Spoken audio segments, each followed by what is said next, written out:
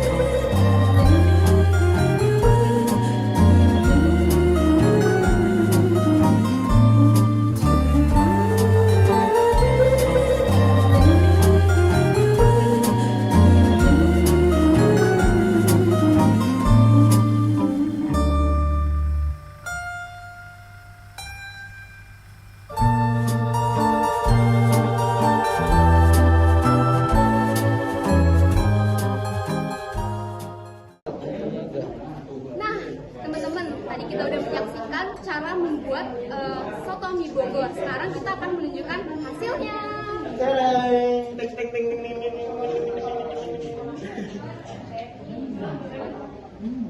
Nah, ini hasil dari soto mie Bogor kami.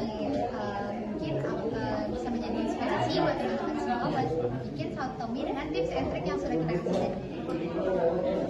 Dan sekarang kita sudah sampai di penghujung acara. Sampai jumpa di talk show berikutnya. foto.